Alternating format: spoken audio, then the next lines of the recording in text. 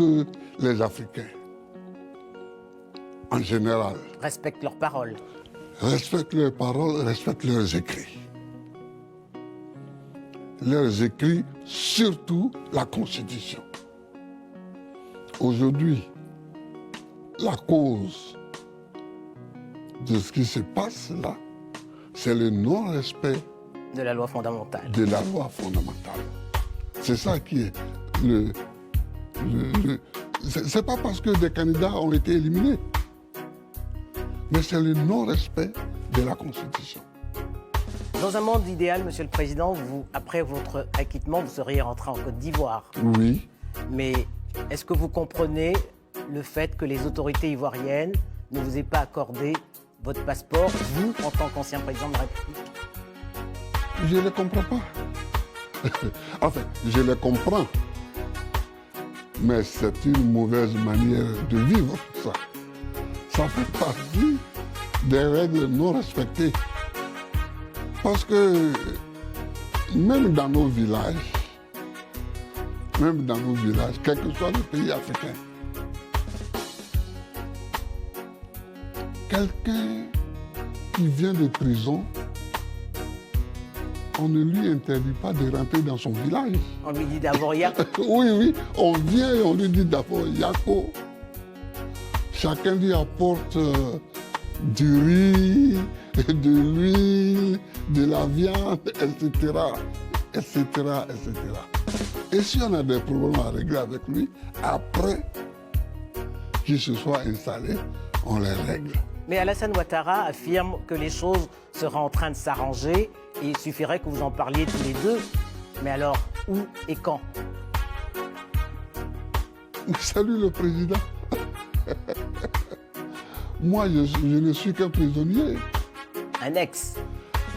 Oui, mais tant que je ne suis pas rentré chez moi, je me considère encore un tout petit peu comme un prisonnier. J'ai été acquitté, mais tant que je ne suis pas rentré dans mon pays, cet acquittement a un goût d'inachevé. Vous comprenez, madame? Voir l'ex-président de la République aller dans l'ambassade de Côte d'Ivoire demander un passeport, c'est un peu honteux pour le pays, non? C'est un peu honteux pour le pays. Il y a des choses qui se font quand on est éduqué, quand on est civilisé, quand on mène une politique correcte.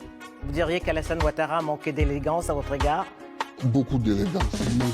Il manque vraiment d'élégance. Il manque d'élégance, mais bon, on ne refait pas un homme. Hein. On ne refait pas un homme, mais ce n'est pas grave ce qui me concerne personnellement.